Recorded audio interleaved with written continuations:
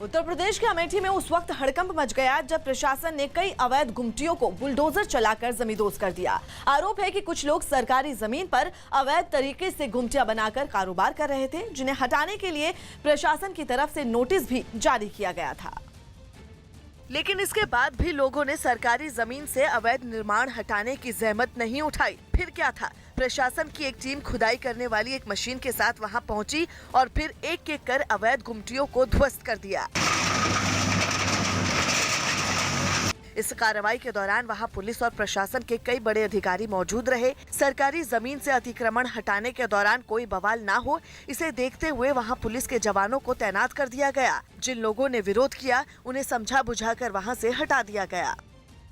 जम्मू कश्मीर के श्रीनगर में हुए आतंकी हमले में सीआरपीएफ के 2 जवान शहीद हो गए। इस हमले की जिम्मेदारी लश्कर-ए-तैयबा से जुड़े टीआरएफ नाम के एक आतंकी संगठन ने ली। आतंकियों के इस हमले में सीआरपीएफ के 3 जवान घायल भी हो गए, जिसके बाद उस इलाके की सुरक्षा बढ़ा दी गई। वहां चप्पे चप्पे पर जवानों को तैनात कर दिया गया। हमले की खबर मिलते ही सुरक्षा बल के कई जवान वहां पहुंचे और तलाशी अभियान में जुट गए। अब आर्मी, सीआरपीएफ और पुलिस यहां पे लगी हुई है, जो अभी पता लगाने की कोशिश कर रहे हैं कि किस साइड से ये मिलिटेंट भाग गए हों। आतंकियों की गोलीबारी के बाद खून के धब्बे भी सड़क पर देखे गए। एक मोबाइल पेट्रोल चल रहा था जिसपे अंधाधुंध फायर किया। इस हमले के बाद उस इलाके का ऐसा कोई कोना नहीं बचा होगा जहां सुरक्षा बल ने आतंकियों को ढूंढ निकालने में कोई कसर छोड़ी हो।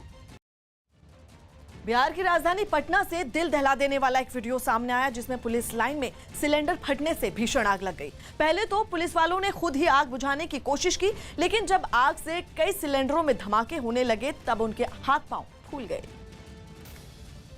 क्योंकि सिलेंडरों में हुए धमाके की वजह से आग ने भयंकर रूप ले लिया। आनन फानन में आग लगने की जानकारी पुलिस और फायर ब्रिगेड को दी गई, जिसके बाद दमकल की कई गाड़ियां वहां पहुंचकर आग बुझाने में जुट गईं। बिना देर किए फायर ब्रिगेड के कई कर्मचारी पाइप से पानी की बौछार करने में जुट गए, लेकिन आग पर काबू पाना इतना भी आसान नहीं था। सिलेंडर फटने से आग लगा है। ये कहाँ ये आग लगी है सर? ये पुलिस लाइन में, पटना पुलिस लाइन में। आग इतनी भयंकर थी कि उसकी लपटें दूर से ही दिखाई पड़ रही थी। यही नहीं, आग लगने की वजह से पूरा आसमान लाल दिखने लगा था। डर ये लगने लगा कहीं आग आसपास के दूसरे मोहल्लों में ना फैल जाए। हालांकि उससे पहले ही फायर ब्रिगेड की टीम ने कई घंटों की मशक्कत के बाद आग को बुझा लिया।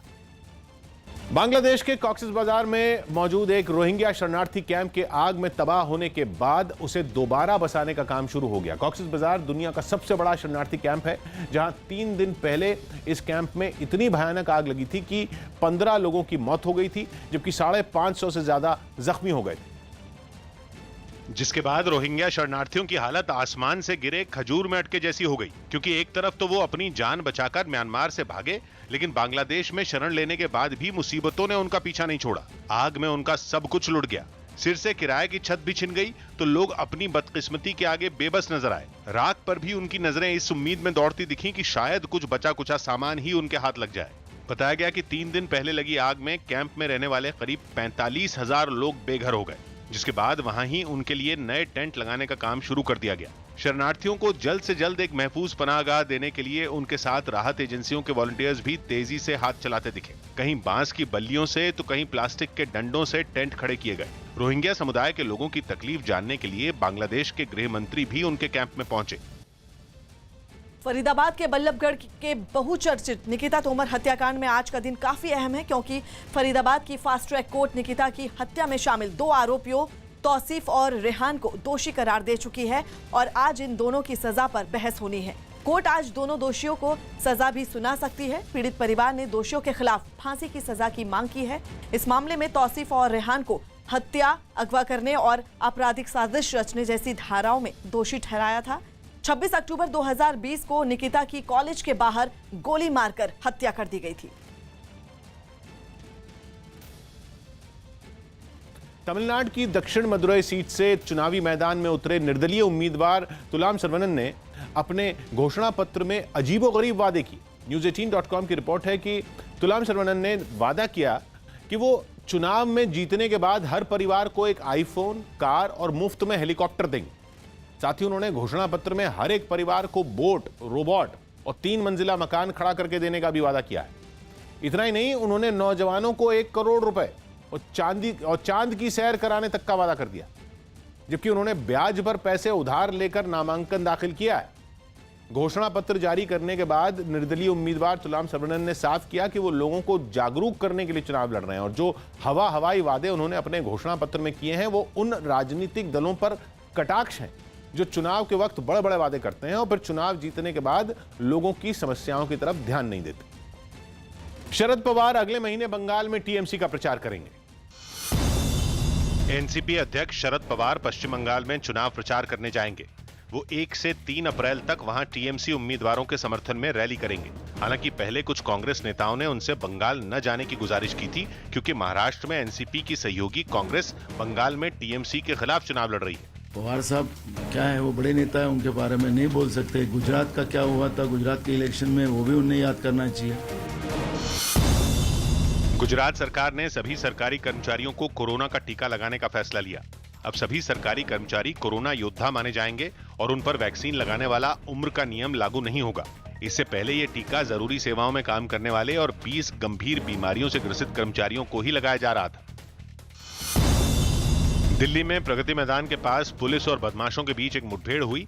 इसी मुठभेड़ में शामिल सब इंस्पेक्टर प्रियंका को गोली लग गई। हालांकि एक गोली उनकी बुलेट प्रूफ जैकेट में फंसी जिससे वो बाल बाल बच गई। इसी दौरान बाकी पुलिस वालों ने मुठभेड़ में घायल हुए दोनों बदमाशों को पकड़ लिया। अब सब इंस्पेक्टर प्रियंका की इस बहादुरी की काफी तारीफ हो रही है। गुजरात के दृष्टिहीन छात्र दर्पण ने चार्टर्ड अकाउंटेंट की परीक्षा पास कर ली। बताया गया कि दर्पण पहले ऐसे दृष्टिहीन इंसान हैं जिन्होंने ब्रेल लिपि का इस्तेमाल किए बिना ये परीक्षा पास की है। चार्टर्ड अकाउंटेंट जैसी डिग्री नॉर्मल लोगों के लिए भी करना बहुत डिफिकल्ट हो जाता है, तो उसके बाद ये अचीव होना, तो ये खुशी की बात थी।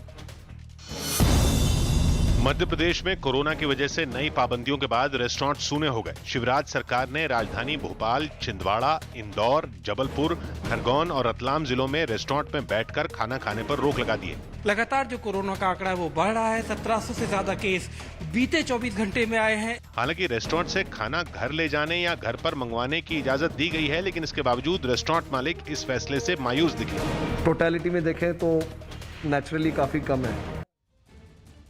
राजस्थान के उदयपुर से हैरान कर देने वाला एक वीडियो सामने आया जिसमें मोटरसाइकिल सवार हथियारबंद 2 बदमाश पेट्रोल पंप के एक कर्मचारी से 1.5 लाख रुपए लूटकर फरार हो गए। ये घटना वहां लगे सीसीटीवी में रिकॉर्ड हो गई, जिनमें एक तस्वीर में पेट्रोल पंप पर काम करने वाला एक कर्मचारी कुर्सी पर बैठा नजर आया, जबकि उसके ठीक पीछे मुंह पर मास्क लगाए एक बदमाश पैसों से भरा बैग छीनने की ताक में खड़ा दिखाई दिया। तभी वहां एक बाइक आकर रुकी जिस पर सवार बदमाश ने भी पहचान छिपाने के लिए मुंह पर मास्क पहन रखा था।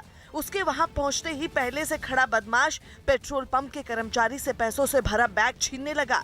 थोड़ी देर बाद दूसरा बदमाश भी बैग छीनने में अपने साथी की मदद करने के लिए वहां पहुंच गया। कर्मचारी ने विरोध किया तो दोनों ने उसे पीटना शुरू कर दिया और किसी तरह पैसों से भरा बैग लेकर वहां से फरार हो गए। पेट्रोल पंप पर लूट की वारदात की जानकारी फौरन पुलिस को दी गई, जिसके बाद पुलिस की एक टीम वहां पहुंचकर मामले की जांच में जुट गई। मध्य प्रदेश के दमोह से डरा देने वाली कुछ तस्वीरें सामने आई। वहां एक बस स्टैंड पर भीषण आग लग गई। आग कैसे भड़की ये तो पता नहीं चल पाया, लेकिन आधी रात होने की वजह से वहां कई बसें खड़ी थी, जिनमें कुछ एक एक कर आग की चपेट में आती चली गईं। कुछ ही देर में ये मंजर इतना खौफनाक हो गया कि बस स्टैंड में एक सिरे से खड़ी 7 बसों से आग की ऊंची ऊंची लपटें उठती दिखाई दी। आग लगने के बाद वो बसें कम और लोहे के ढांचे जैसी ज्यादा दिखने लगी। देखा कि बस के पीछे लगी है आग, फिर हमने ड्यूटी वाले को बताया। बसों में लगी आग को बुझाने के लिए फायर ब्रिगेड की कुछ गाड़ियां वहां पहुंची और दमकल कर्मी आग बुझाने में जुट गए। करीब 1.5 घंटा उन्हें इस भीषण आग को बुझाने में लगा। 7 बसें जिन पर आग की सूचना थी और सभी पर जो है वो काबू पा लिया गया। लेकिन जब तक इन बसों में लगी इस आग को बुझाया गया तब तक 7 बसें राख हो चुकी थी। उत्तर प्रदेश के कानपुर से हैरान कर देने वाला एक वीडियो सामने आया जिसमें गांव के कुछ लोगों ने मिलकर 2 लड़कों की जमकर पिटाई कर दी। आरोप है कि ये दोनों लड़के पिछले कई दिनों से गांव की लड़कियों का पीछा कर रहे थे, जिन्हें गांव के लोगों ने पकड़ लिया। पहले तो दोनों लड़कों के मुंह काले किए गए और फिर उनकी जमकर पिटाई की गई। मारपीट की जो तस्वीरें सामने आई उनमें एक तस्वीर में कई लोग मिलकर एक लड़के पर ताबड़तोड़ लात और घूंसे बरसाते दिखाई दिए। ऐसा लगा जैसे वो लोग उस लड़के को जान से ही मार डालेंगे। इस बीच जमीन पर गिरा वो लड़का गांव वालों से छोड़ देने की गुहार लगाता रहा, जिसका उन पर कोई असर नहीं हुआ। हालांकि इस दौरान वहां मौजूद कुछ लोग मारपीट कर रहे लोगों को रोकने की कोशिश करते दिखे।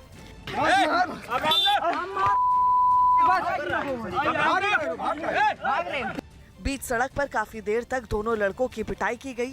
मारपीट की वजह से उनके कपड़े भी फट गए। हालांकि बाद में गांव वालों ने उन्हें छोड़ दिया, जिसके बाद दोनों लड़के वहां से भाग खड़े हुए। अमेरिका के लॉस एंजलिस से एक हैरान कर देने वाला वीडियो सामने आया है, जहां कई फीट ऊंचे पुल पर फंसे एक घायल मजदूर को फायर ब्रिगेड की टीम हैरत अंगेज तरीके से जमीन पर लेकर आई। बताया गया कि पुल पर काम करते वक्त वो घायल हो गया, जिसके बाद उसे एक मैकेनिकल लिफ्ट से जमीन पर उतारा गया। चोट लगने के बाद वो मजदूर खड़ा नहीं हो पा रहा था और इसीलिए फायर ब्रिगेड ने ये तरकीब निकाली। दमकल कर्मियों और मजदूरों ने पूरे एहतियात के साथ उसे लिफ्ट में लिटाया और फिर आहिस्ता आहिस्ता नीचे लेकर आए। इसके बाद उसे एम्बुलेंस से अस्पताल भेज दिया गया। रिलायंस इंडस्ट्रीज लिमिटेड के सीएमडी मुकेश अंबानी ने EY entrepreneur of the year 2020 कार्यक्रम में प्रधानमंत्री नरेंद्र मोदी की तारीफ की। उन्होंने कहा कि प्रधानमंत्री नरेंद्र मोदी ने हर बार प्राइवेट सेक्टर को प्रोत्साहित करने का काम किया है और भारत के अंदर ऐसी ताकत है कि वो दुनिया की तीसरी सबसे बड़ी अर्थव्यवस्था बन सकता है। साथ ही मुकेश अंबानी ने भारत के उद्यमियों की तारीफ की और उन्हें पूरी दुनिया में सबसे कम दाम में सबसे अच्छी क्वालिटी मुहैया करवाने के काबिल बताया। इतना ही नहीं, उन्होंने ये जिक्र भी किया कि भारत के उद्यमियों में कामयाब होने की सारी खूबियां हैं और उनके अंदर कामयाब होने की ललक भी है। इसके अलावा उन्होंने देश के उद्यमियों को ये सलाह भी दी कि उन्हें सीमित संसाधनों में दृढ़ निश्चय के साथ काम करने के लिए तैयार रहना होगा। As I look at the India of today and tomorrow, I see a tsunami of opportunities for entrepreneurs. There are two reasons for my confidence. Firstly, our Prime Minister, Shri Narendra Modi, has been advocating a greater role for private sector in India's future development. Secondly, we now have the revolutionary power of new technologies to transform our economy. Court से कंगना रनौत को राहत मिल गई। मुंबई में अंधेरी की अदालत ने कंगना रनौत को जमानत दे दी। कंगना के खिलाफ जावेद अख्तर ने मानहानि का केस किया था। इसी मामले में जब कंगना अदालत में पेश नहीं हुई तो उनके खिलाफ वारंट जारी किया गया था। मुंबई के नगर निगम BMC की मेयर किशोरी पेडनेकर ने बढ़ते कोरोना के मामलों पर चिंता जताई। उन्होंने साफ किया कि अगर लोगों ने नियमों का पालन नहीं किया तो लॉकडाउन या नाइट कर्फ्यू लगाने पर विचार किया जाएगा। बहुत जगह में नाइट कर्फ्यू लगा, बहुत जगह में 1 महीने का लॉकडाउन लगा है, लेकिन मुंबई में अभी तक हम ये नहीं सोच रहे, लेकिन सोचने को मजबूर मत करो। Saina Nehwal oleo masters badminton tournament के क्वार्टर फाइनल में पहुंच गईं। उन्होंने फ्रांस की बैडमिंटन खिलाड़ी को 18-21, 21-15 और 21-10 से हराया। साइना के अलावा ईरा शर्मा ने भी इस प्रतियोगिता के क्वार्टर फाइनल में जगह बना ली। असम चुनाव में पार्टी प्रत्याशियों के लिए प्रचार करने पहुंचे मध्य प्रदेश के मुख्यमंत्री शिवराज सिंह चौहान ने घुसपैठ के मुद्दे पर कांग्रेस को घेरा और राहुल गांधी पर झूठ बोलने का आरोप लगाते हुए उनके नाम की नई परिभाषा गढ़ दी। मेरे दिमाग में राहुल की एक नई परिभाषा आती है। R से रिजेक्टेड, A से एब्सेंट माइंड, S से होपलेस और U से यूजलेस और L से लायर। इस हमले का जवाब कांग्रेस की ओर से राधिका खेड़ा ने देते हुए अपने ट्वीट में शिवराज के नाम की नई परिभाषा बता डाली।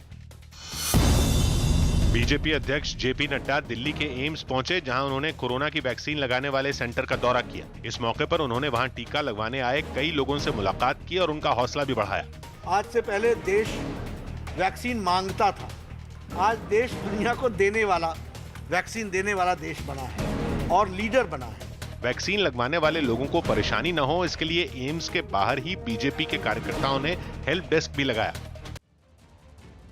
उत्तर प्रदेश के प्रतापगढ़ से दिल दहला देने वाला एक वीडियो सामने आया, जिसमें चाय की एक दुकान में भीषण आग लग गई। आग लगने की वजह सिलेंडर का लीक होना बताया गया, जिसकी वजह से आग तेजी से फैली और देखते ही देखते पूरी दुकान आग की भीषण लपटों में घिर गई। लेकिन आसपास रहने वाले लोग तब खौफ से भर गए जब दुकान में रखे सिलेंडर में जोरदार धमाका हुआ। इससे पहले कुछ लोग दुकान में लगी आग को बुझाने की कोशिश करते नजर आए, जबकि कुछ लोग दूर से इस घटना का वीडियो बनाते रहे। तभी दुकान में रखे सिलेंडर में जोरदार धमाका हो गया, जिससे पूरा इलाका थर्रा गया। सिलेंडर में धमाके की वजह से पूरा आसमान जैसे लाल पड़ गया, दूर तक चिंगारी उड़ती हुई दिखाई दी। राहत की बात ये रही कि इस घटना में किसी को कोई नुकसान नहीं पहुंचा। उत्तर प्रदेश के बरेली से रोंगटे खड़े कर देने वाली एक तस्वीर सामने आई, जहां एक सांड ने रास्ते से गुजर रहे एक बुजुर्ग पर अचानक हमला कर दिया। बताया गया कि ये सांड अब तक इलाके के कई लोगों को अपने हमले से घायल कर चुका है और इस बार ये बुजुर्ग उसका शिकार बना। जैसे ही उसने सांड के सामने से गुजरने की कोशिश की, उसने उस पर हमला कर दिया। सांड के इस हमले से वो कई फीट ऊपर हवा में उछल गया और तेजी से जमीन पर आकर गिरा। नीचे गिरते ही वो बुजुर्ग बेसुध हो गया, जिसके बाद एक आदमी सांड को डंडे से मारकर भगाने लगा, जिस पर सांड उस आदमी की तरफ भी हमला करने के लिए दौड़ा। इस बीच जमीन पर गिरे बुजुर्ग को वहां मौजूद एक दूसरे आदमी ने तुरंत पीछे खींच लिया। इसके बाद बाकी लोग भी सांड को भगाने के लिए चिल्लाने लगे। काफी देर तक सड़क पर आतंक मचाने के बाद सांड वहां से भाग गया। वहीं जमीन पर बेहोश पड़े बुजुर्ग को लोग होश में लाने की कोशिश करते दिखे। उत्तराखंड के पूर्व मुख्यमंत्री त्रिवेंद्र सिंह रावत ने अपनी कुर्सी जाने के मुद्दे पर बड़ा बयान दिया। मैं कोई कारण नहीं समझ पा रहा हूँ। आप भी नहीं समझ पा रहे कि क्यों आखिरकार हटाया गया? ऐसे ही समझिए। मुंबई पुलिस ने कोरोना नियमों के उल्लंघन के आरोप में देर रात विले पार्ले इलाके में मौजूद एक पब में छापा मारा। जिस वक्त पब में छापा मारा गया उस वक्त वहां 230 लोग मौजूद थे, जिन्होंने ना तो मास्क लगाया हुआ था और ना ही सोशल डिस्टेंसिंग नियम का पालन कर रहे थे। इसके अलावा ये पब तय समय से ज्यादा देर तक खुला हुआ था। आपको बता दें, छापेमारी के बाद पुलिस ने पब में मौजूद 230 लोगों के खिलाफ महामारी नियमों के उल्लंघन के आरोप में कार्रवाई शुरू कर दी है। बंगाल में पहले चरण के चुनाव प्रचार के आखिरी दिन बीजेपी के दिग्गजों ने धुआंधार रैलियां की। वहां 27 मार्च को 30 सीटों पर वोटिंग होगी। और इससे पहले प्रचार के आखिरी दिन बीजेपी ने पूरी ताकत झोंक दी। बीजेपी में शामिल होने के बाद मिथुन चक्रवर्ती ने पहली बार चुनाव प्रचार किया। उन्होंने बांकुड़ा में एक रोड शो किया। उनका हेलीकॉप्टर जैसे ही वहां उतरा, लोगों ने उसे घेर लिया। उनके बीच उन्हें देखने के लिए ऐसी होड़ लगी मानो वो उनकी एक झलक के लिए दीवाने हो गए हों। जिसके बाद मिथुन एक खुली गाड़ी में सवार होकर लोगों के बीच पहुंचे। उनका काफिला बैंड बाजे और जय श्री राम के नारों की गूंज के साथ आगे बढ़ा। मिथुन जब बीजेपी में आए थे तो टीएमसी ने उन पर तंज कसा था कि अब उनका पहले जैसा क्रेज नहीं रहा। उनका ये रोड शो उसी का जवाब माना जा रहा है। गरीबों को हक दिलाना और इज्जत से हक दिलाना, ये जो लोग दे रहे हैं ना, इनको हक दिलाना मुझे बस। वहीं अमित शाह ने भी धुआंधार प्रचार जारी रखते हुए एक दिन में कई रैलियां की। वो सबसे पहले पुरुलिया पहुंचे, जहां मौजूद भीड़ के सामने उन्होंने टीएमसी पर जोरदार हमला किया। मोदी जी के नेतृत्व में सरकार बनाओगे, दिल्ली को हटाओगे, गुंडों से डरना मत, गुंडे चुनाव के दिन दिखाई पड़ेंगे। इसके अलावा पहले चरण के चुनाव प्रचार के आखिरी दिन रक्षा मंत्री राजनाथ सिंह भी बंगाल के चुनावी दंगल में उतरे। जबकि योगी आदित्यनाथ ने बंगाल की हॉट सीट कहे जा रहे नंदीग्राम में हुंकार भरी। नंदीग्राम में 1 अप्रैल को मतदान होगा। गुजरात के सूरत में बीजेपी के एक नेता की बेटी की शादी में कोरोना नियमों की जमकर अनदेखी हुई, जिसका वीडियो सामने आने के बाद जिले के एसपी ने जांच के आदेश दे दिए, क्योंकि इस वीडियो में साफ दिखा कि शादी के जश्न में डूबे लोगों का कोरोना नियमों का ध्यान ही नहीं दिया गया। इस शादी में जुटे लोग घेरा बनाकर डांस करते रहे। उन्होंने इस कार्यक्रम में एक दूसरे के साथ डांडिया भी खेला। महिलाओं के स्थायी कमीशन के मुद्दे पर सुप्रीम कोर्ट ने सेना को आदेश दिया कि वो गलत नियमों को सुधारे। न्यूज 18 के एहतशाम खान की रिपोर्ट है कि भारतीय सेना में महिला अफसरों को स्थायी कमीशन देने के आदेश का ठीक से पालन नहीं होने पर सुप्रीम कोर्ट ने नाराजगी जताई और कहा कि हमारी सामाजिक व्यवस्था पुरुषों के लिए बनाई और सेना ने गलत नियम बनाकर महिला अफसरों को रिजेक्ट कर दिया। इसलिए वो 1 महीने के अंदर अपनी गलती सुधारे। सेना में स्थायी कमीशन का मतलब यह है कि कोई अफसर रिटायरमेंट की उम्र तक काम कर सकता है और इसके बाद वो पेंशन का भी हकदार होगा। सुप्रीम कोर्ट ने इस मामले में 17 फरवरी 2020 को दिए गए अपने फैसले में उन सभी महिला अधिकारियों को स्थायी कमीशन देने को कहा था जो शॉर्ट सर्विस कमीशन पर काम कर रही। लेकिन सेना में कई महिला अधिकारियों को मेडिकल फिटनेस के आधार पर स्थायी कमीशन नहीं दिया गया, जिसे कोर्ट ने गलत ठहराया और कहा कि दिल्ली हाईकोर्ट ने इस पर 2010 में पहला फैसला दिया था, लेकिन 284 में सिर्फ 161 महिलाओं को स्थायी कमीशन दिया गया। माना जा रहा है कि अदालत के आदेश के बाद करीब 150 महिला अधिकारियों को फायदा होगा। कोरोना होने के बावजूद बैठक में शामिल होने पर इमरान खान घिर गए। पाकिस्तान के प्रधानमंत्री इमरान खान एक और विवाद में घिर गए। कोरोना रिपोर्ट पॉजिटिव आने के बावजूद इमरान खान ने एक बैठक की। बंद कमरे में हुई इस बैठक में कुछ मंत्री और अधिकारी शामिल हुए। कोरोना होने के बाद भी इस तरह बैठक करने पर वहां कई लोगों ने इमरान खान पर सवाल उठाए। मनु भाकर, राही सरनोबत और चिंकी यादव की टीम ने शूटिंग वर्ल्ड कप में गोल्ड मेडल जीता। इस 25 मीटर पिस्टल टीम प्रतियोगिता में भारत ने पोलैंड को हराया। एनसीबी ने मुंबई के डोंगरी इलाके में एक ड्रग्स बनाने वाली फैक्ट्री पर छापा मारा। बताया गया कि ये factory underworld don Dawood Ibrahim की थी, जिसे उसके करीबी चला रहे थे। अंडरवर्ल्ड ड्रग कनेक्शन मामले में बीती रात एनसीबी ने एक और बड़ी कार्रवाई की। डोंगरी इलाके में एक ड्रग्स की फैक्ट्री को बस्ट किया है। जम्मू कश्मीर के श्रीनगर में मौजूद मशहूर ट्यूलिप गार्डन करीब 1 साल बाद पर्यटकों के लिए दोबारा खुल गया। इस बार वहां 64 लाख से ज्यादा किस्मों के ट्यूलिप लगाए गए। आप देख सकते हैं ट्यूलिप लगे हुए हैं, करीब 15 लाख ट्यूलिप इस बार लगाए गए हैं। एशिया के सबसे बड़े ट्यूलिप गार्डन के खुलने के बाद कई पर्यटक वहां पहुंचे। उनके चेहरे भी उन्हीं फूलों की तरह खिले खिले दिखे। फील हो रहे हैं देखने को लिए। बिहार के आरा में एलजेपी के एक नेता को बदमाशों ने गोली मार दी, जिससे पूरे इलाके में हड़कंप मच गया। आनंद फानन में उन्हें नजदीक के एक अस्पताल में भर्ती कराया गया, जहां इलाज के बाद उनकी हालत खतरे से बाहर बताई गई। गर्दन में गोली फंसी हुई थी, तो गोली मैंने निकाल दी है, पल्स स्टेबल है। इस घटना की जानकारी मिलते ही अस्पताल में उनके समर्थकों के पहुंचने का सिलसिला शुरू हो गया। कुछ लोगों ने बाइक से आकर प्रधानमंत्री मोदी सुबह 2 दिनों के बांग्लादेश दौरे पर जाएंगे। वहां वो बांग्लादेश के 50वें स्वतंत्रता दिवस और बांग्लादेश के पहले राष्ट्रपति रहे शेख मुजीबुर रहमान की जयंती समारोह में हिस्सा लेंगे। कोरोना संकट के बीच प्रधानमंत्री मोदी का ये पहला विदेश दौरा होगा। पीएम मोदी ने अपने इस दौरे पर खुशी जताई, साथ ही बांग्लादेश की आजादी में शेख मुजीबुर रहमान के योगदान को याद किया। देश भर में कोरोना की दूसरी लहर शुरू हो चुकी है। अब रोजाना 50,000 से ज्यादा कोरोना मरीज मिल रहे हैं। ऐसे में चंडीगढ़ में भी कोरोना ने अपनी पकड़ मजबूत कर ली है, जिसकी रोकथाम के लिए चंडीगढ़ प्रशासन ने होली पर नियम सख्त कर दिए हैं। सार्वजनिक स्थानों पर होली मनाने पर रोक लगा दी गई है और इसके अलावा होली के दिन शहर के सभी पार्क और तालाब भी लोगों के लिए बंद रहेंगे। गुजरात के अहमदाबाद में होली नहीं मनाने को लेकर बीजेपी नेता, पुलिस और सामाजिक कार्यकर्ता घर घर जाकर लोगों को समझा रहे हैं। हाथों में पैम्फलेट लेकर ये लोग इस साल होली नहीं मनाने की अपील कर रहे हैं। कोरोना काल में सार्वजनिक होली मनाने पर सरकार ने वैसे ही पाबंदी लगा दी है। ऐसे में लोगों को समझाने निकले लोगों को भरोसा है कि उनकी ये अपील काम करेगी।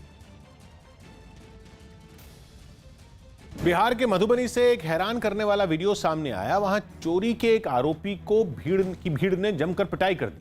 बताया गया कि वो एक आदमी के गले से सोने की चेन छीनकर भाग रहा था, लेकिन वहां मौजूद लोगों ने उसे पकड़ लिया। देखते ही देखते वहां भीड़ इकट्ठा हो गई। इसी बीच कुछ लोगों ने उसे पीटना शुरू कर दिया। फिर तो वहां मौजूद ज्यादातर लोग उस पर थप्पड़ और घूंसे बरसाने लगे। जिसको मौका मिला उसी ने उसकी पिटाई कर दी। हालांकि कुछ लोग उसे भीड़ के चंगुल से बचाने की कोशिश करते दिखे, लेकिन लोगों ने किसी की नहीं सुनी। आरोपी की जमकर पिटाई की गई। मारपीट में उसके कपड़े तक फट गए। हालांकि बाद में किसी ने पुलिस को मामले की जानकारी दी, जिसके बाद पुलिस वहां पहुंची और आरोपी को किसी तरह भीड़ के कब्जे से निकालकर थाने ले गई। मनसुख हिरेन हत्याकांड में घिरे सचिन वाजे को मुंबई की एनआईए कोर्ट ने 3 अप्रैल तक पुलिस रिमांड में भेज दिया है।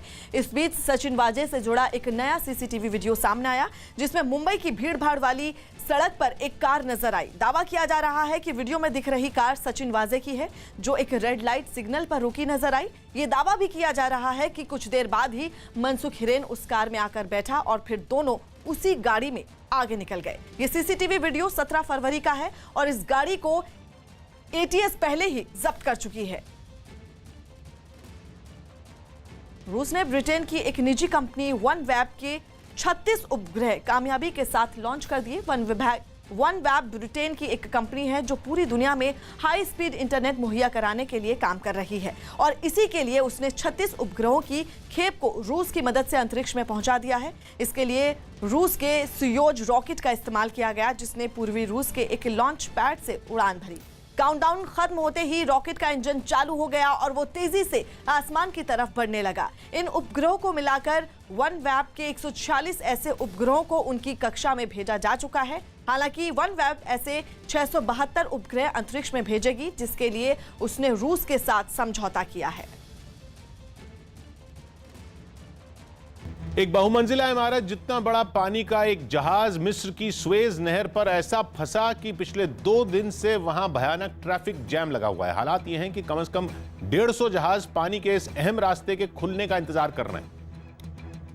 क्योंकि 1300 फीट लंबे जहाज ने संकरी सी स्वेज नहर पर ऐसा कब्जा किया हुआ है कि सामने कुछ भी नजर आना ही बंद हो गया है। नहर से ली गई तस्वीरों में आगे दिखा तो सिर्फ और सिर्फ भारी भरकम विशाल जहाज, वहीं आसमान से ली गई तस्वीरों में तो जहाज नहर के एक तट से दूसरे तट के बीच बुरी तरह फंसा हुआ नजर आया। 2 लाख टन से भी ज्यादा वजन वाला ये मालवाहक जहाज इतना भारी है कि इसे नहर से हटाने के लिए मजबूत इंजन वाली 8 नावें जमीन आसमान एक कर रही हैं। लेकिन जहाज है कि टस से मस होने का नाम ही नहीं ले रहा। एक खुदाई करने वाली मशीन भी मंगाई गई है ताकि नहर का किनारा खोदकर उसमें अड़े जहाज के कोने को निकाला जा सके। लेकिन तस्वीरों में ये कोशिश भी ऊंट के मुंह में जीरे जैसी नजर आई। जहाज के फंसने से स्वेज नहर ऐसी ब्लॉक हो गई है कि उसके पास बसे एक शहर से सामने आई तस्वीरों में कई जहाज नहर खुलने के इंतजार में लंगर डाले नजर आए। वहीं बंदरगाह के पास सड़क पर ट्रकों की लंबी कतार लग गई है। बताया गया कि 2 दिन पहले ये जहाज माल लेकर चीन से नेदरलैंड्स जा रहा था,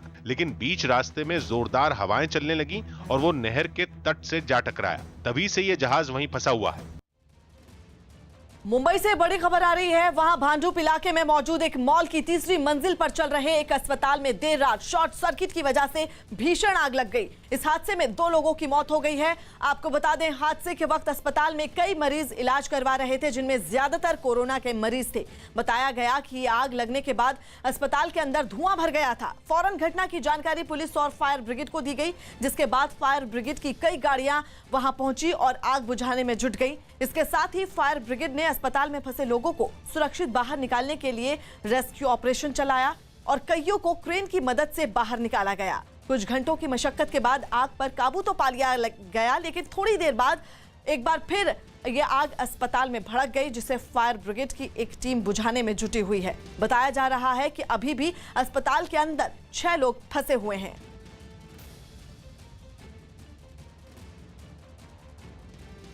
मुंबई के भांडुप इलाके में देर रात तकरीबन 12:30 बजे ड्रीम मॉल में आग लगी थी और आपको बताना चाहेंगे कि इसी ड्रीम मॉल के 3रे मंजिल पर सनराइज अस्पताल है। ये एक कोविड हॉस्पिटल है। वहां पर शॉर्ट सर्किट की वजह से जो जानकारी मिल रही है, वहां पर आग लगी थी।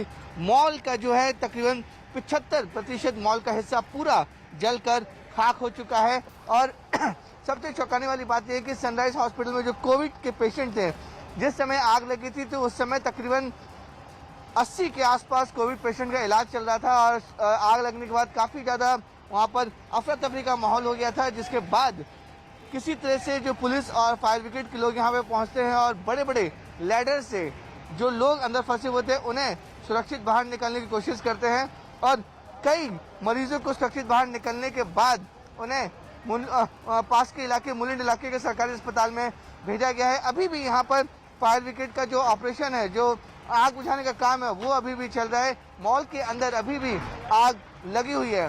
जो जानकारी मुंबई पुलिस से मिल रही है उसके मुताबिक इस पूरी घटना में 2 लोगों की मौत हो चुकी है और बताया जा रहा है कि वो अस्पताल के मरीज से उन 2 लोगों की मौत हो चुकी है। बाकी के मरीजों को सुरक्षित बाहर निकाला गया है और दूसरे अस्पताल में भेजा गया है। लेकिन रेस्क्यू ऑपरेशन और सर्च ऑपरेशन अभी भी चल रहा है और माना जा रहा है कि कुछ लोग अंदर अभी भी फंसे हो सकते हैं। यही वजह है कि फायर ब्रिगेड के लोग और मुंबई फायर बीएमसी के लोग मुंबई पुलिस सर्च ऑपरेशन कर रही है कि ताकि कोई अंदर फंसा या नहीं, उसको सुरक्षित बाहर निकाला जाए।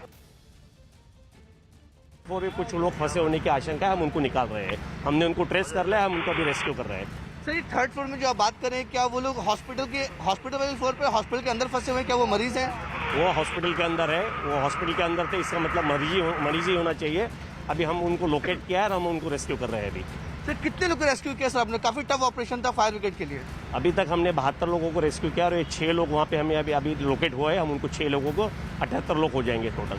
सर, कितनी फायर ब्रिगेड की गाड़ियाँ यहाँ पे मौजूद हैं? कितने ऑफिसर्स मौजूद हैं? 4 कैटेगरी का फायर हमने दिया है। इसमें 20 फायर इंजन, 16 टैंकर है, 3 ब्रीडिंग एपरेटस वैन है, 3 स्पेशल अप्लायंसेस है, बड़े पैमाने पे एम्बुलेंसेज है। हमारे चीफ फायर ऑफिसर भी साइड पे है यहाँ पे।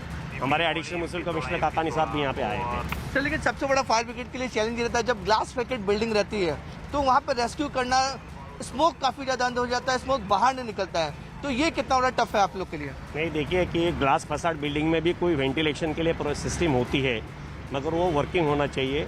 अब ये जो इनका मॉल का जो सिस्टम था, ये चल रहा था नहीं चल रहा था, इसका हम इंक्वायरी करेंगे और इसमें से क्या आगे निकल के आता है वो इंक्वायरी के बाद में मालूम पड़ेगा। छह लोग के फंसे होने के बाद पूरा मतलब ऑफिशियली कोई फिर अंदर फंसा नहीं रहे? नहीं, उसके बाद में भी पूरा सर्च करेंगे। अभी हमारा फायर फाइटिंग भी पूरे तरह जोरों से पूरा फायर फाइटिंग चल रहा है।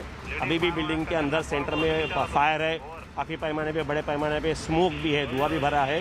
ये सब पूरा हम करने के बाद में पूरा फिर से मॉल को हम लोग इंस्पेक्शन करके हर कोई है कि इसके बारे में हम जानकारी लेंगे।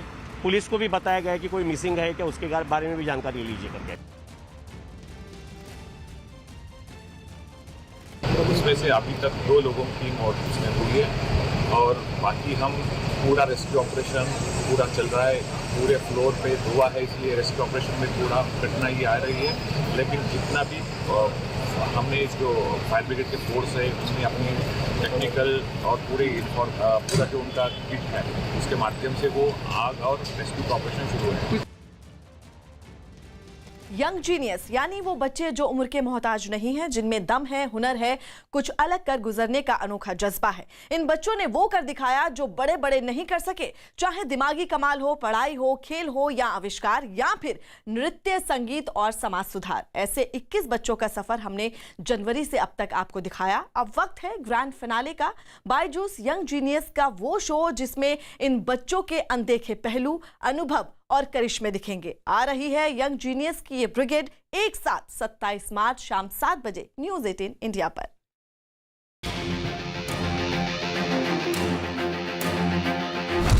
ये बच्चे नहीं कमाल हैं, हुनर है, जुनून है, दिमाग की ताकत का धमाल है और मासूमियत के साथ हिम्मत की शानदार मिसाल है। आप सिर्फ पियानो बजाते हैं और do you play other instruments also? I play drums, ganjira, tabla, mridangam, tawil, ghatam, and timpani, marimba, xylophone, guitar, bass guitar, merlin, mandolin, siaruan, droli, sibo, and harpeggi, harmonica and melodica, and I play the flute, and I'm learning violin and nadaswaram. Beats तो ये गिना चुके हैं। Steven जो है 450 beats पर minute बजाते हैं, यानी कि हमारा एवरेज हार्ट रेट जो है वो 72 बीट्स पर मिनट होता है। 6 times your heart rate. Triple title का मतलब? अंडर 15 गोल्ड, अंडर 18 गोल्ड और अंडर 21 में भी गोल्ड। अंडर 21 में भी गोल्ड? हाँ। तो यानी अपने से बड़ों को आपने हराया। हाँ। Odisha is located in the eastern coast of India. Now I'll say some major rivers of Odisha. Mahanadi, Hasdo, Ib, Man, Shionath, Om, Jom, Tel, Brahmani, Vaitarani, Rushikulya, Nagavali, Vansadhara, Bilwakhai, Kwakhai, Kathajodi, Lunna, Chitratpala, Birupa, Baghua, Bahuda. Young genius एक show नहीं, शुरुआत है। ऐसे बच्चों को देश के सामने लाने की जो बड़ों को राह दिखा सके, मिसाल बन सके और देश जिन पर फख्र कर सके। देखिए कमाल के किड्स के और भी अनदेखे पहलू 27 मार्च को शाम 7 बजे जरूर देखें। Byju's young genius news 18 India पर।